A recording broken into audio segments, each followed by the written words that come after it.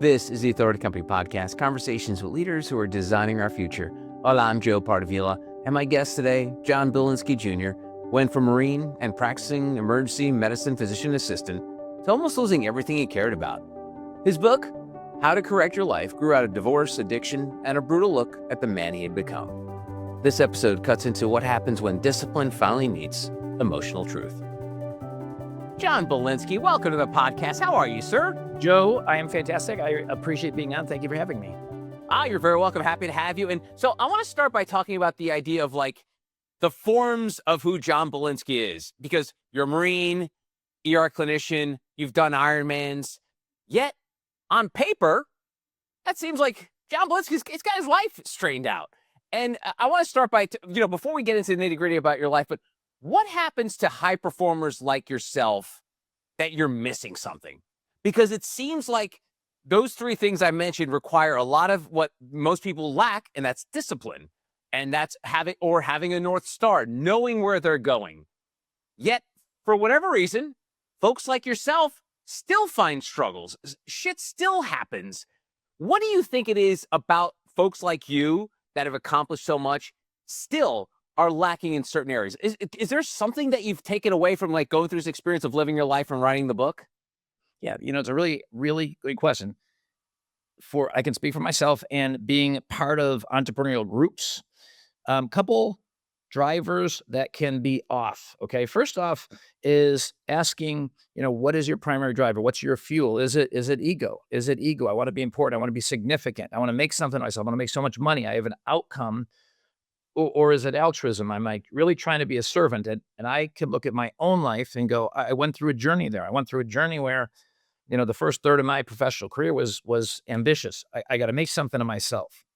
And as I matured a little bit, as I actually saw the bigger picture, it moved way more to how do I serve others? So if you're an entrepreneur out there, that's the first question I have is what's driving you, and be super honest about that. That would be the first thing. And the second thing, what I found is, as I've worked with other entrepreneurs, we just lose balance. Like we get prioritizing our health or prioritizing our work, and something else suffers, our family life. Like if you're killing at work, how's your health? Okay, how's your level of happiness? So I found two major things. Number one is looking at your primary fuel and why you do what you do. And the second thing is people just seem to lose balance. They lose track of what's important until what's missing kind of hits a danger point and some life event awakes them to saying, hey, you better get back on course. There is something to like, we've all seen this movie before, and you can go back storytelling thousands of years, and it's always a story of the ascendant human hitting a wall, falling all the way down, and working their way back up. And it is a cliche in storytelling, but you rarely have stories out there where person's poor, shit gets worse, and they stay poor. Like it's almost like this, what do you call it, the hero's journey that people go through. Is that just sort of like the way you broke down, like not knowing what your calling is, not balance? Is that just ingrained in us that this is, unless you are aware or an intentional of like your surroundings and the way you live, you are doomed to repeat this movie over and over again? I don't know if I would say anybody's doomed. Like I look at my journey. I tend to be dramatic, John. But I get it. I hear it. And, life is hard. There's struggles. And I look at my life, and I was a guy who I didn't graduate high school on time because my grades were so bad, dyslexia and ADHD. And I just couldn't do well academically. I got an 8.10 on my SATs, and I had really little option other than going in the Marine Corps. And very interestingly, when I took the test to get in the Marine Corps called the ASVAB, I scored very high on it. So it opened up all sorts of doors. And Joe, this is super interesting to me. The SATs are a test of reading and mathematics. Okay, well, this ASVAB was practical knowledge, practical application, and I scored really high.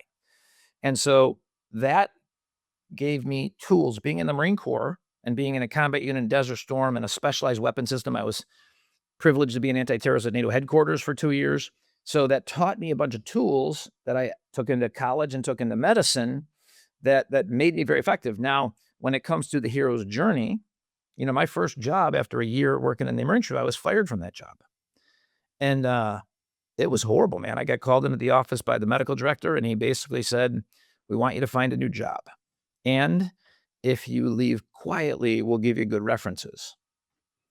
And it was horrible, but very necessary, very necessary. Because Joe, I asked this question as a new graduate, as someone really getting into medicine, what's the most important feature? Is it confidence or competence? Which one is it?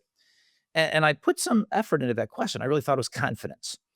And that's why I was fired. Now, this is important. It wasn't necessarily the question, it's a false dichotomy. Those were ego-based answers.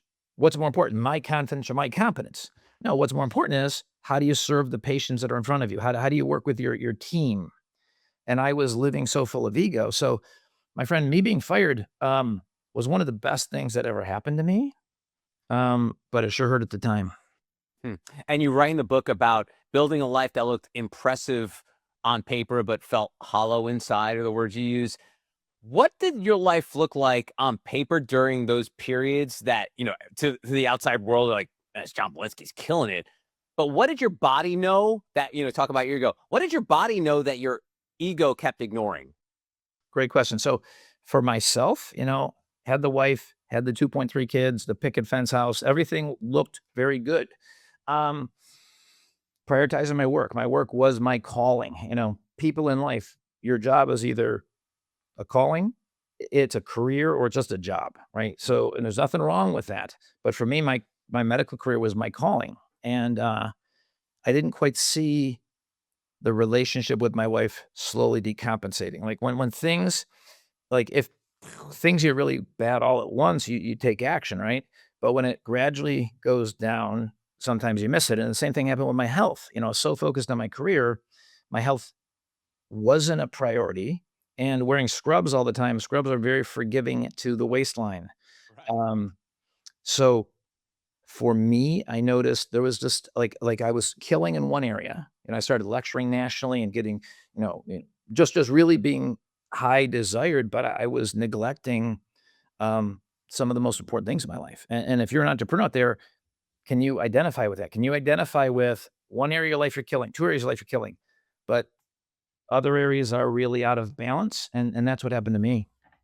And one thing is funny, you describe you being the architect of your own collapse and your own comeback. Before we get to the comeback part, I'm curious, like during that collapse, there's always circumstances, or in layman's terms, shit happening that you blame like the sum of all parts on that circumstance. Oh, oh, my life went to shit because I got fired. Things are going bad because this thing happened. But like you mentioned, it's a slow decline. Things build up. What did you learn from that time of like owning like your mistakes? It sounds like you own them now, but I'm sure it probably took a little while to owning. Tell us about the idea of owning mistakes, which I think a lot of people, it's almost like a 12-step program where you have to admit that you were wrong or made mistakes before you can move on. Yeah. Now, one of the things that, our thinking is predicated on the questions we ask ourselves. And, if we ask a bad question, you're going to get a bad answer. Albert Einstein said the significant problems we face today cannot be solved at the same level of thinking we were at when we created them. And I didn't quite understand that for a while, but it really came down to if you're asking the same questions, you're going to get the same answers. And if something happens and you say, well, who's to blame for this? I started asking questions like, what is it about my medical care that led to that outcome? What is it about my parenting that led to that outcome? What is it about my relationship with my wife, now ex-wife? What am I responsible for? So first off, it is very easy to want to blame. I'll tell you a story that really weighed heavy on me. So 2 years ago, I was at an all-inclusive resort in Cancun. Beautiful place, super high end. And I did some work, and it was the last day out there. So I did some work, and at noon, I couldn't find my phone. I just couldn't find my phone anywhere. And I walked to the beach, and I remember I actually slipped and fell off of a dock, but I didn't, a little, but I don't think I had my phone. So then I pulled my phone up on my computer, like, where's my phone? And the phone was 10 minutes away in town. So I was really sure someone from housekeeping stole the phone. So I called the manager over. I said, I'm not accusing anybody anything, but the phone's in town. So they came back, searched the room. Okay, fine. So basically, my friend, I was not in a good headspace. My phone's expensive. There's a lot of stuff on that phone. But right away, I took the responsibility saying, I'm not going to blow up this day. I'm not going to blow up this day. I'm not going to lose a day on vacation. So I use a cheat code GOAT. I use this cheat code GOAT to change my state. G, gratitude. Like, what am I really, really thankful for? Big picture, my prosperity, my health, my family. Then I go to O, optimism. What am I really excited about in the future? And how does it make me feel? A is appreciation. Who do I love in my life? And who do I love? And how does that make me feel? And T is thankful. And I use that for the things that I have. And I went through kind of a meditative GOAT process. Next thing you know, I'm like, okay, I'm not going to blow up this day. Guys, there's always circumstances in life that want to take you down, but how do you navigate the adversity? So my friend, that night I like to journal. So that night I went to the beach and I was going to journal on this. And it was super interesting because I believe my phone was stolen, but somehow maybe I dropped the phone and someone picked it up. I don't know. But I went to the beach and I really wanted it stolen. Like, I wanted someone to have stole it from me because then I'm a victim and then it's not my fault. And I got to the beach and I'm thinking about it. And I said, either way, it's my fault. Either way, it's my fault. Res ispa loquitur. The facts speak for themselves. It's my phone. I don't have my phone. And if someone stole it out of the room, did you put it in a safe? Did you lock it up and hide it? So all of a sudden, I didn't want to do this. I didn't want to take responsibility, but the blessing is I did. I took responsibility, and my responsibility is security for my stuff. So we immediately went back and secured our website better. We secured our financial, our bank accounts better. And so I learned this great lesson. And the interesting thing is, as I was leaving the resort, the manager came and she said she found the phone. And she said they watched security cameras and I dropped it on the beach. At least that's what she said. But I can tell you, I didn't want to take responsibility. I wanted it stolen. And then I realized it's still my fault no matter what.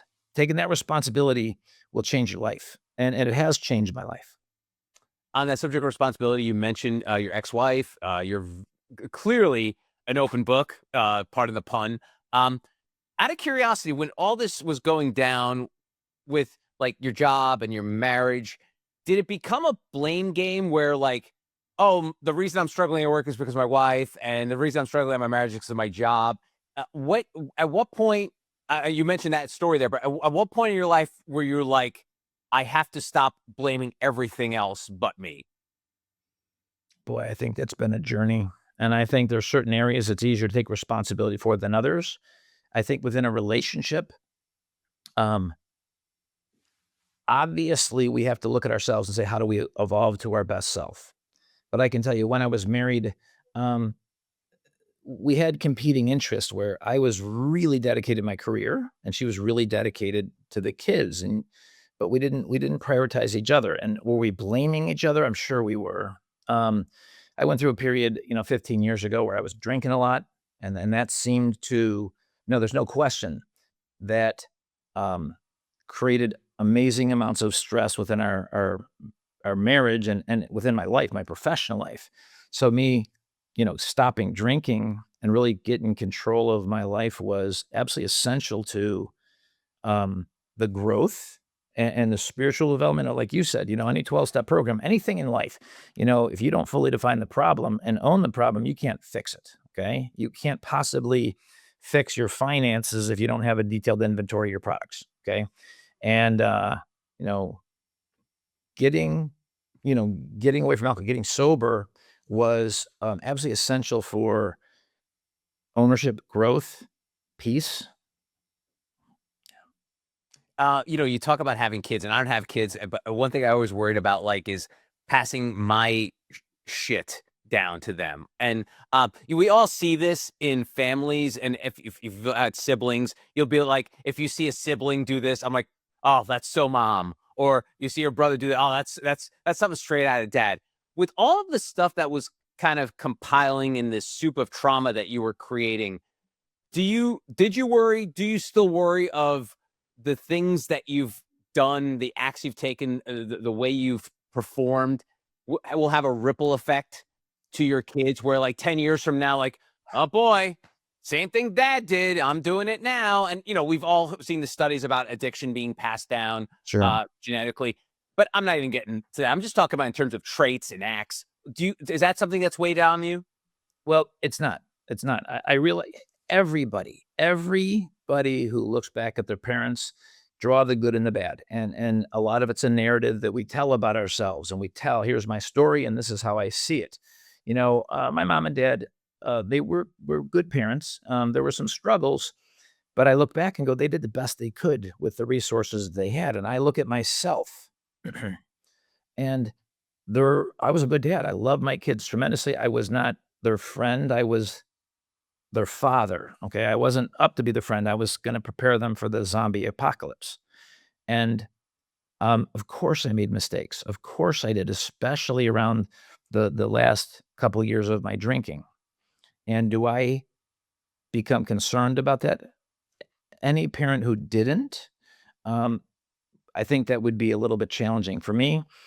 I want my kids to live the same kind of life I've lived, but try to save them from some of the mistakes. That's it. I have empowered my kids with good minds, strong wills, very, very strong, all three of them being very successful. But there always is the risk that I plant a seed that grew something unhealthy. But there's a lot of love.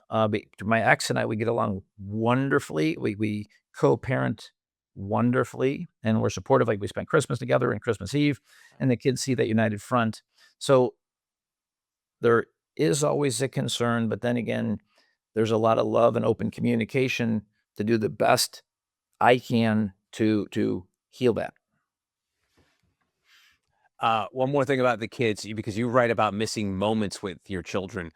Is there a moment that still stings that you missed out on because of all the stuff that was going on in your life? Whether it's work related, whether it's with your wife, your alcohol. Is there one moment that you're like, damn man, wish I had a mulligan on that one? I wouldn't say there was a moment that I miss, but there was a moment where um, I realized the damage caused. So my kids played hockey, really talented hockey players. My one son now coaches at the University of Buffalo, and we went away on a trip with my oldest son, and he might have been 14 at the time, and very very good kid, very well, very respectable. And I just was loud and obnoxious, drinking a little too much, and he kind of yelled at me, and that's never happened before. And I remember after the fact, I know, well, you can't yell at me, but I'm still thinking, boy, I sure must have embarrassed him, and I must have put him in a position that must have made him very uncomfortable. And I'm sure there were more moments like that. Um, but also, I can tell you, my friend, that I was so focused on my career at one point. We were on a family vacation, and because there was this critical care training, I actually left vacation early to attend that training. And when I look at my life and my career, do I regret the sacrifices? I don't. I love medicine and I love caring for patients, I love teaching people, and it's allowed me to serve at a very high level. And the people that I teach, they take care of 2,000-3,000 patients per year. I do think my kids see that, but I also know that there were moments that I didn't appreciate and take advantage of because of peripherals, whether my hobbies, my sports, my fishing, my drinking. Um, and does it weigh on me? I go, I did the best I could. I did the best I could at the time. And even today, I get the privilege of seeing my kids all the time. We have really good relationships, good conversations. Um, but they're through anyone's lives, moments you're like, yeah, Mulligan, I wish I could have taken that one back. I wish I could have done that one better. There is sort of a fine line of giving yourself grace, which I think enough people don't do, but also ceding responsibility. Is that something that you've had to deal with? Because I wonder, like, the idea, like, when I asked the question about, like, do you worry about, like, you pass shit along to your kids? And you're like, no, because I think I was a good father and love. There is a very fine line between grace and just fluffing off responsibility. Is that something you've had to deal with where you're like, wait, am I giving myself too much grace here? Am I giving myself too much of a break? Because I think we don't give ourselves enough of a break. But obviously, your story is filled with a lot of trauma and a lot of stuff going on in your life. Did you ever have to stop and think like, wait, am I giving myself too much of a break here? here's my experience. Now, we all have trauma from our past. We all have trauma, some worse than others, but we all have trauma. And can you change the past? Can we change the past?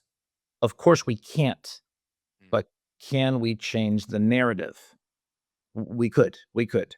Absolutely, we can. And there've been multiple times in my life where I had to go back and look at past behavior, past situations. Now, when people go and revisit the past, that they relive the emotions, okay? And that can be very unhealthy for some. But if you can go back and relive the past with the frontal part of your brain turned on, that's much more analytical. If you can be in a safe environment, I recommend doing this with counselors. You go back and revisit past trauma and then look at it like you're watching a movie and not reliving it. And, we form narratives at the age we were when we experienced it. Immature oftentimes, and the narrative is faulty and it's super unhealthy. When I was about 18 years old, a guy came into a house with a gun and shot my brother right in front of me. Okay. He didn't die, but he was critically wounded and he lived. And obviously that was very impactful. And, my 18-year-old brain, the conclusion was no one's ever going to get hurt around me again. I'm going to react faster with overwhelming force. And I was always a martial artist and a kickboxer and a fighter. And, I was kind of a traditional martial artist, peace, love, hug a tree. But after that, it was like, if there's a threat, I will neutralize it. And it was very helpful in the Marine Corps and a combat unit. And I, fought full contact in the Marines. I kickboxed for a few years, great, and had some street altercations. But Joe, for me, it also carried into my professional life. And not I use force, but I'd use my mouth. I'd be reactive with my mouth. And until I could go back and relive that and look at that analytically and work through it and realize, there were different lessons than you have to react fast with overwhelming force. The narrative I went back was I came to my brother and I hugged him and I held him until the ambulance came and through like guided meditations, I felt a new narrative. The narrative was I needed you stronger than you would have been if you didn't go through this. And I needed you to heal people. I wanted you to get into medicine. And that's kind of what I felt. And so when it comes to our past, there are a bunch of techniques on how to go back and revisit it and then tell a new narrative. And my friend, when you tell a new narrative, there is that butterfly effect. It changes your identity. It all of a sudden goes, oh. And for me, it's given me a lot of peace. Now I could talk to you about my brother getting shot and not get super emotional. But before I went back and revisited that, talking about it, I would relive it. And now I don't. That's awesome. Great stuff. Something you write about in the book and something that was very controversial over the last couple of years, and that's masculinity. And, I often joke, John, that humans, and especially Western culture, we're amazing at overcorrection. Like the pendulum swings to extreme sides, rarely in the middle. And I think that's where kind of masculinity has fallen recently in a larger discourse of, throwing around the word toxic masculinity. And obviously, when it comes to masculinity, you're like the poster child of it. How do you operate in a world now where some forms of masculinity are kind of like persona non grata? Like, we want our masculinity, like if there's a fire to be taken out or if there's a battle to be won, we want masculinity there, but keep it there. How do you embrace that now, especially now that you have sons? Obviously masculinity is good, but it could also be bad.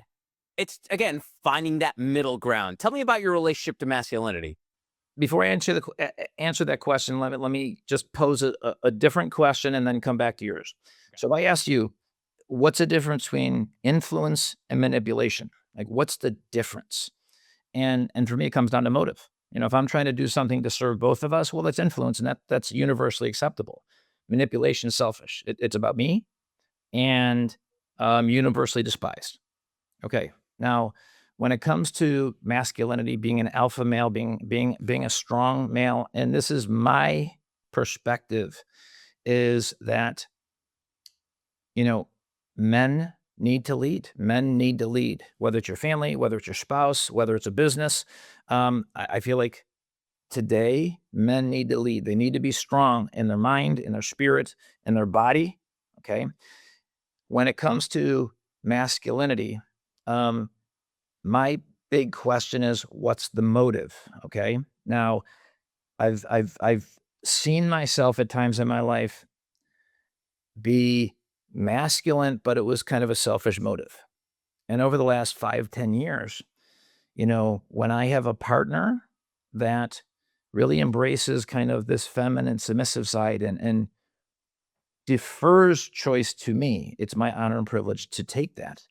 Um, but all of that is in service of her. So, I now thrive in relationships where I do have a woman who trusts me and confide in me, and I'm worthy of that now. And to be a strong leader, whether it's spiritually or emotionally, I found women want today, this is what I'm finding, is that women really want a leader. They want, hey, where do you want to go to eat? No, here's where we're going to go to eat, and this is what time we're going to be there. But also with the caveat that this is not, we're doing what I want to do. Almost always, I pick a restaurant that I believe she would like. I'm always thinking of her. So this masculinity, it's absolutely critical and necessary as long as it's driven in the mindset of service. How can I use the tools that I have? Like a leader as well. If you look at Jim Collins' work on the different levels of being a leader. Now, a level 4 leader is a really good leader, but kind of ego driven, kind of selfish motivated. And yeah, I want to do good, but then say, hey, look at how good this was because I like when I was here. And then when they leave and they don't really pass on the tools to their successor and the business suffers, like, yeah, see, I told you. Where a level 5 leader has this incredible vision, but this humility. Um, so when you can combine masculinity with humility, it becomes a very powerful force. And that is my experience is, you know, find your authentic nature, forge it, forge it. Look at yourselves, look at the deficits, like truly look at where are you falling short? Where are you not the perfect partner? And work towards that. Set that as a goal and behave with integrity. Align your thoughts, your words, and your actions. Um, I feel the world is craving that right now.